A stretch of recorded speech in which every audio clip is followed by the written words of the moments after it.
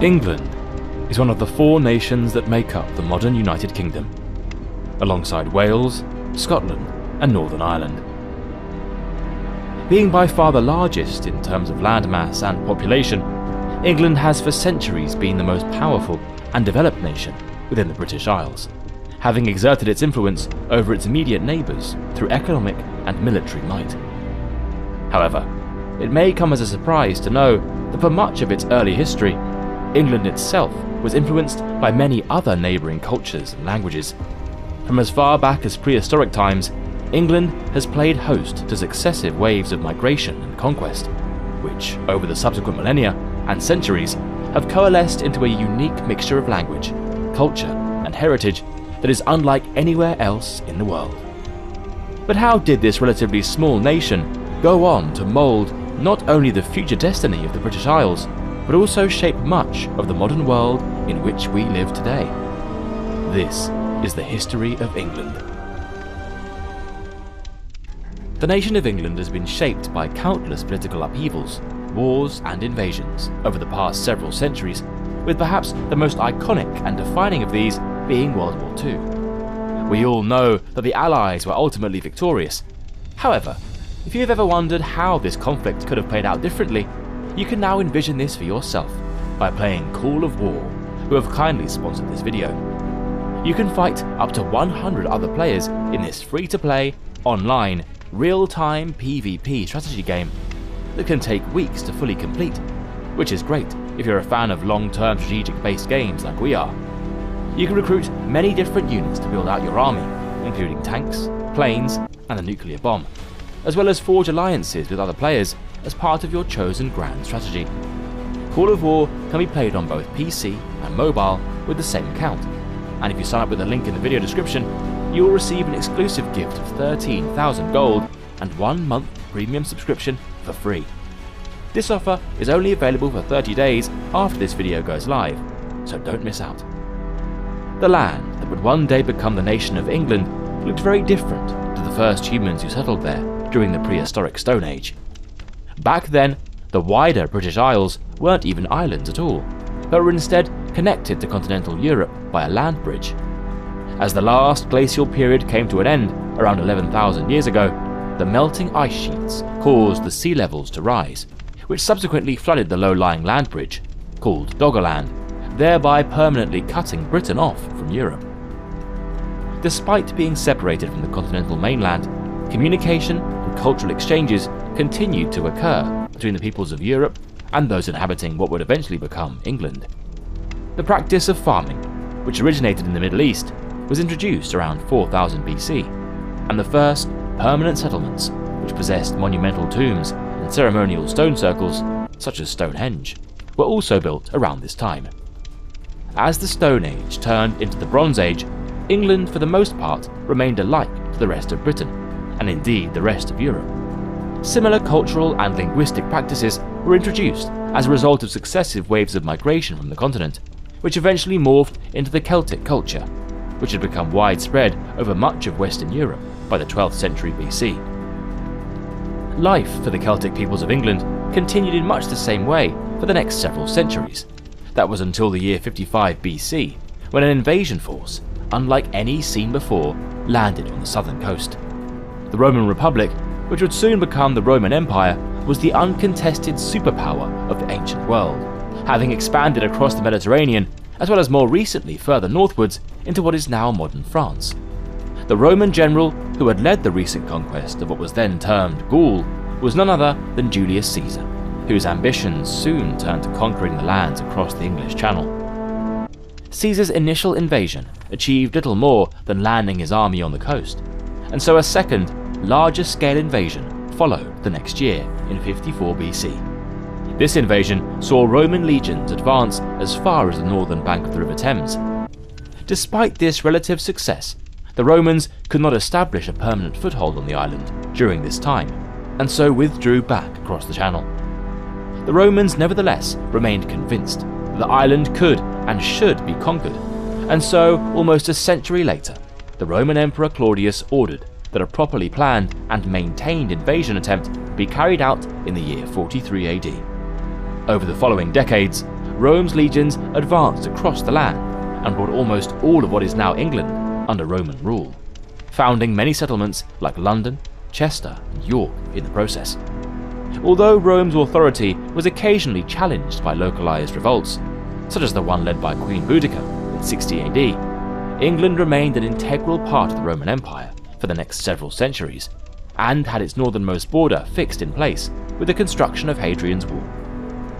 Like all empires in history, however, Rome's rise and fall was inevitable, and by the beginning of the 5th century, its power and influence had been significantly reduced.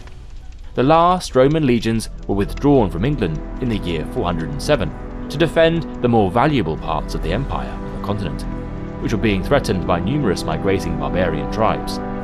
A handful of these tribes soon turned their attention towards England, which set in motion a series of events that would establish and ultimately shape the very language, culture, and history of the English people.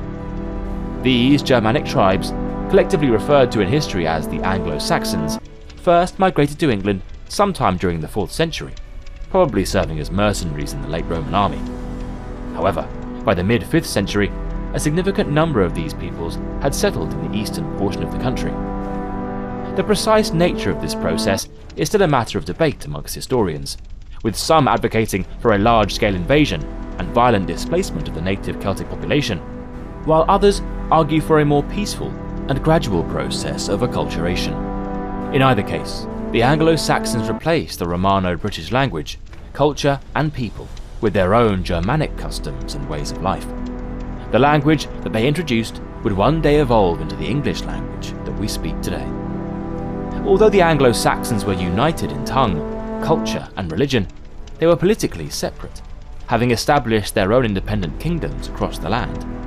By the 7th century, the native Britons had withdrawn themselves to the far western parts of the island, such as Wales and Cornwall, leaving the 7 Anglo-Saxon petty kingdoms of East Anglia, Essex, Kent, Sussex, Mercia, Northumbria, and Wessex to form the basis of a distinct but as yet disunited English nation.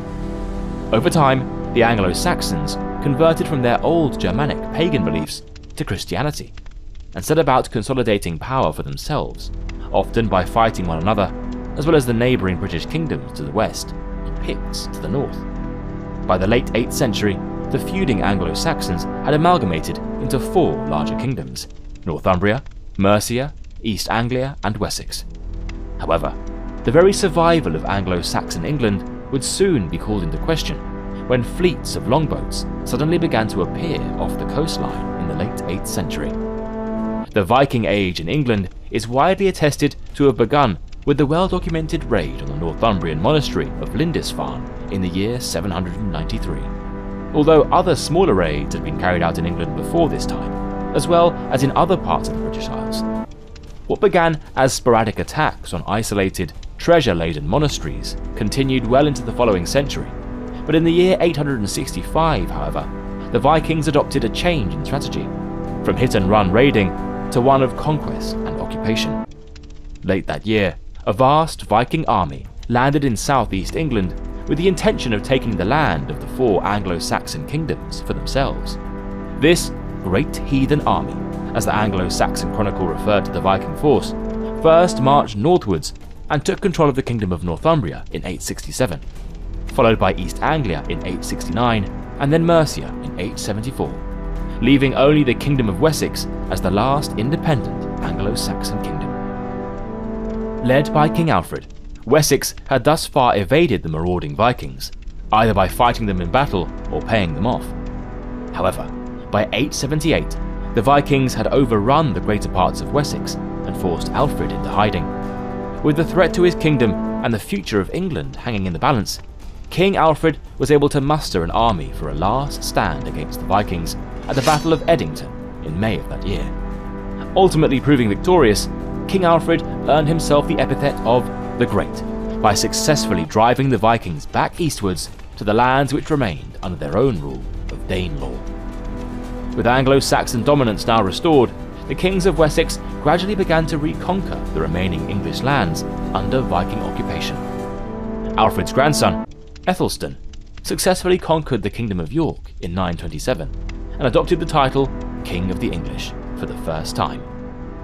The emergence of a now unified and powerful Kingdom of England greatly alarmed the neighbouring rulers within the British Isles, who subsequently formed an alliance of Vikings and Scots to challenge Ethelstan's dominance in the year 934.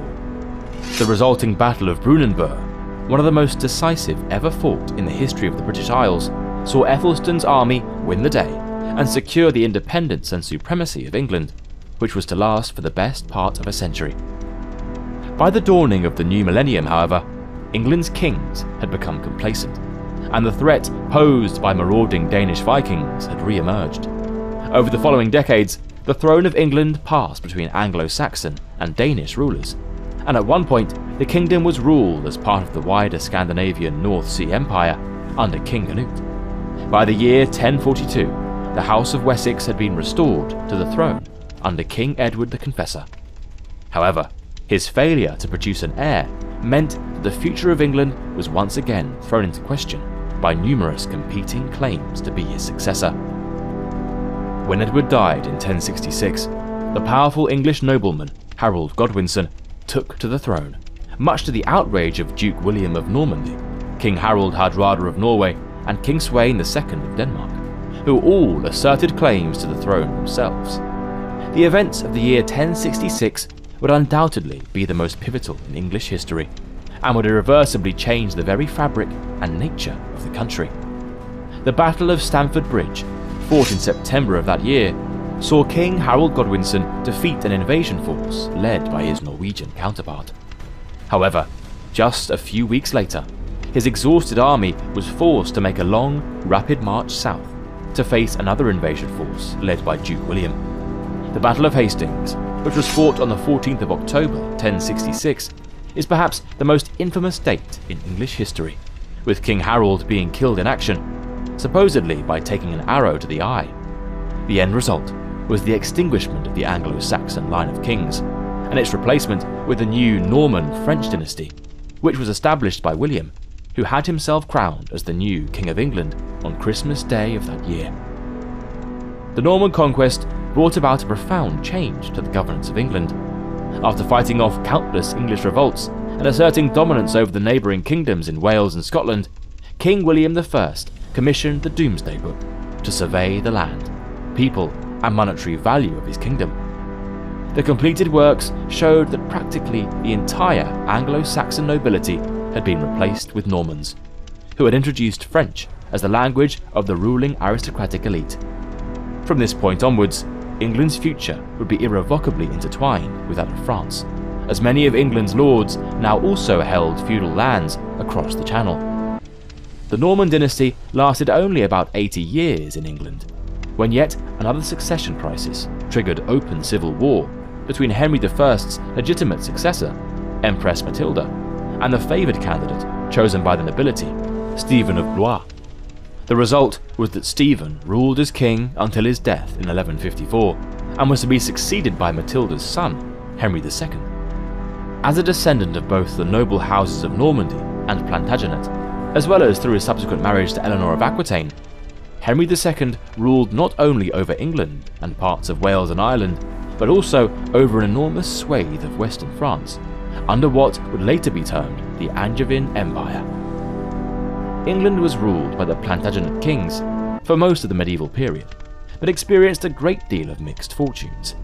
The late 12th century through the mid-13th centuries, for example, was marked by calamities and political turmoil, as their territories on the continent were greatly reduced owing to conflict with the Kingdom of France.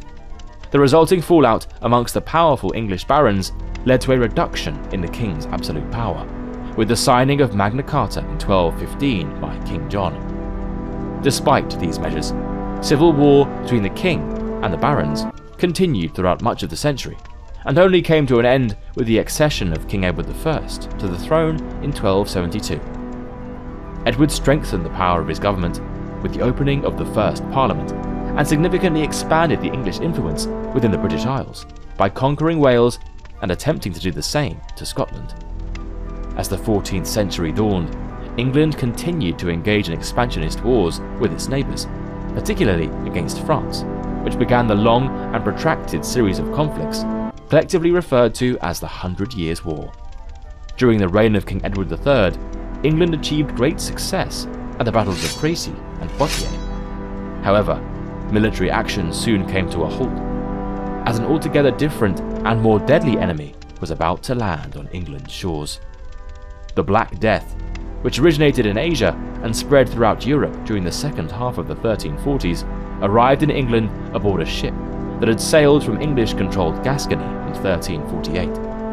Within less than 2 years, the plague had spread over the entire country and is estimated to have killed as much as half of the population.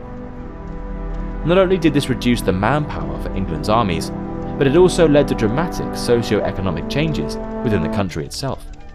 The surviving peasantry faced ever-increasing taxes to pay for the costly wars, and were not being paid high enough wages for their labour, which was now in even greater demand. These tensions eventually boiled over into the Peasants' Revolt of 1381, which saw widespread disturbances across the country, but were most concentrated in the southeast, where rebels marched on London and killed many government officials, whom they blamed for causing their grievances. Order was eventually restored, but the situation in England remained volatile. The unpopular King Richard II was deposed in 1399 by his cousin, who became King Henry IV. Further crises and revolts plagued his reign, but they were successfully put down, largely due to the military actions of his son and successor, Henry V, who ascended the throne in 1413. Under King Henry V, England witnessed some of the most defining events in its history, such as the renewal of the 100 Years' War with France and the stunning victory gained at the Battle of Agincourt in 1415, which thereafter became enshrined in English legend. However, Henry's untimely death in 1422 initiated a reversal in England's fortunes. His infant son, Henry VI, inherited the throne, but his reign was marked by overall defeats of France in the ongoing conflict, culminating in the English being driven out of virtually the entire territory by 1453. Henry VI's position worsened in the following years, with discontent among the feuding nobility sparking another civil war in 1455, named the Wars of the Roses, in reference to the emblems of the two branches of the Plantagenet dynasty, the White Rose of York and the Red Rose of Lancaster. The fighting continued sporadically for the next 30 years, until Henry Tudor, the last surviving male of the Lancastrian line, returned from exile in France and defeated the Yorkist King Richard III at the Battle of Bosworth Field in 1485. England then transitioned into a period of relative peace, owing to the houses of Lancaster and York uniting under King Henry VII's marriage to Elizabeth of York, which ushered in the establishment of the Tudor dynasty. The war-ravaged economy was gradually rebuilt, and the enlightened ideas which had emerged during the Renaissance in Italy made their way into English society. When Henry VII died in 1509, he was succeeded by his son, Henry VIII, whose reign started off promisingly, but later descended into tyranny and became one of the most disruptive in all of English history. This was largely caused by his desire for a male heir. His first marriage to Catherine of Aragon produced only one surviving daughter, Mary. After his grounds for divorce were rejected by the Pope, Henry decided to split England away from the Catholic Church and establish his own Protestant Church of England.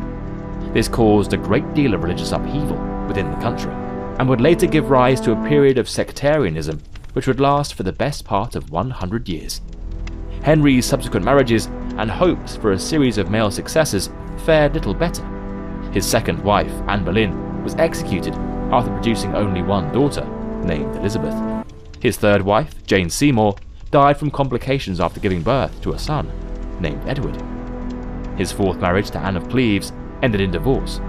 His fifth wife, Catherine Howard, was executed for being unfaithful, and his sixth and final wife, Catherine Parr, was the only one to survive with her reputation and head intact, owing to Henry himself dying in 1547. Succeeded by his only son, Edward VI, England became radically more Protestant under his rule. Although it was to be short-lived, for Edward died of tuberculosis in 1553, he was in turn succeeded by his half-sister, Mary, who was married to King Philip II of Spain and was a devout Catholic. Mary's reign as queen witnessed the fall of the last English outpost on the continent, Calais, to the French in 1558, but her reign was mostly defined by attempts to reverse the recent Protestant Reformation in England, by severely persecuting any adherents to the faith. Some 280 people were burned at the stake under her oppressive rule, earning her the epithet of Bloody Mary.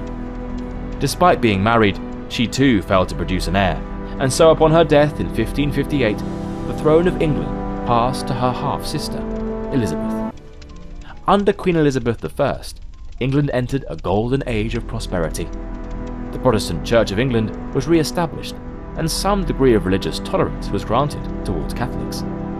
The instruments of the state were greatly strengthened through new laws and proper administration, which consequently led to the population of the country growing significantly, reaching some 5 million people by the early 17th century.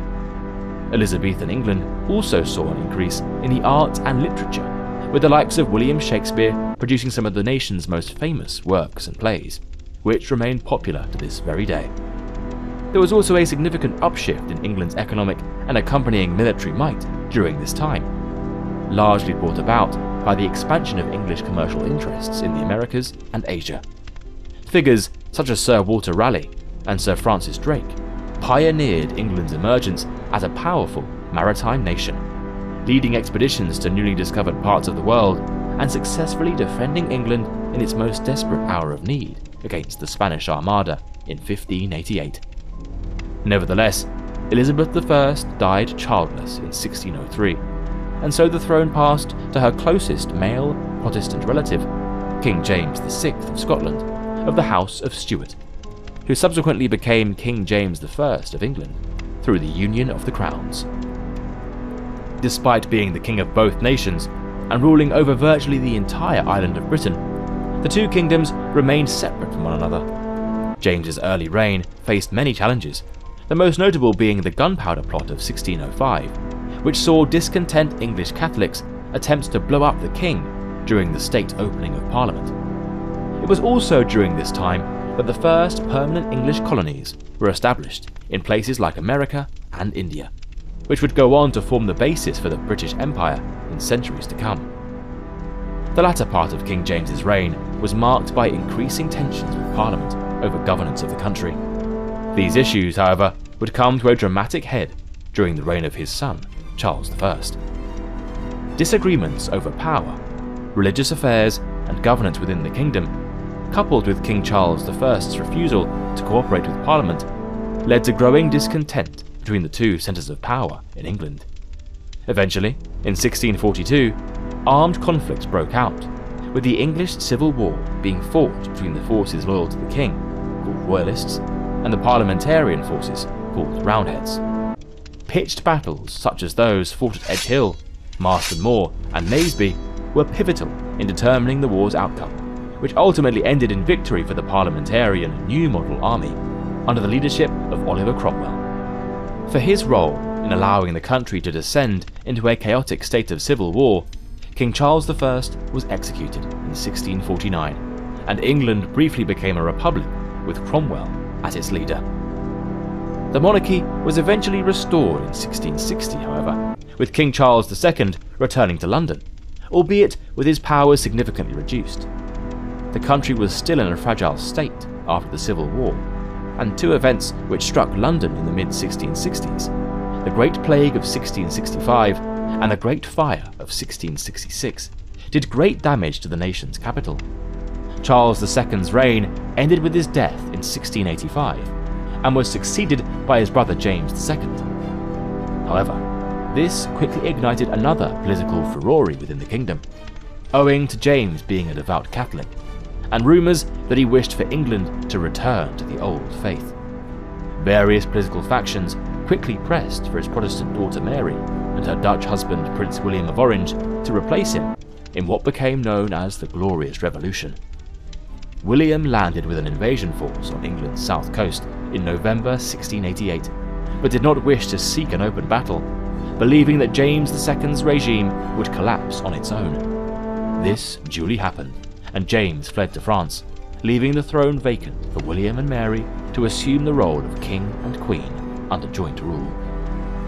Despite James's seeming abdication, he did have some support in Ireland, and so decided to launch a military campaign there with the hope of restoring him to the throne. James was nevertheless defeated by the forces of King William III in battle, and was forced to flee to France once again. The continuation of the Catholic House of Stuart in exile, however, would continue to threaten England's political establishment well into the next century. England returned to relative peace under the rule of William and Mary, for they both accepted the Bill of Rights in 1689, which significantly reduced the power of the Crown by recognising the authority and sovereignty of Parliament. During the reign of Queen Anne, who inherited the throne from her sister Mary, the English and Scottish parliaments were formally merged into one, thereby creating the Parliament and Kingdom of Great Britain through the Acts of Union in 1707. Queen Anne was the last of the Stuart dynasty to sit on the throne, and owing to a recently introduced law that allowed only Protestants to become regent, upon her death, the crown passed to her distant second cousin, the German Prince George of Hanover. From that point onwards, the history of England would no longer be that of a separate sovereign nation, but rather that of one of the four nations that made up the United Kingdom. England, and for that matter Britain, under the Hanoverian kings of the 18th century, transitioned into becoming a modern nation-state. Growing commerce and mercantilism propelled the country into becoming the leading global maritime power of the age, which was backed up by the military might of the Royal Navy on the high seas. Britain's colonies also increased in importance during this time. However, the loss of America during the War of Independence significantly damaged the country's prestige on the world stage. The only real domestic threat to the nation was posed by the descendants of the exiled House of Stuart, living in France, who unsuccessfully attempted to overthrow the British government and Georgian monarchy on two separate occasions, in what became known as the Jacobite rebellions of 1715 and 1745. The 19th century would see Britain become the pre-eminent global superpower of the age, thanks to the innovations introduced by the Industrial Revolution. These accelerated the nation's economic output and allowed for further expansion of the British Empire, which would become the largest to have ever existed in the history of the world. Although the defining events of the following 20th century, namely the First and Second World Wars, would virtually bankrupt the nation and initiate the beginning of the end for Britain's dominance as a world power. The past 2,000 years of history have undoubtedly left their mark on the modern English nation, with its people being made up of the descendants of the various groups who arrived on its shores over the centuries. Although the impacts of these events may no longer be all that visible to the modern eye, their legacy is perhaps more noticeable in the modern English language that we speak today.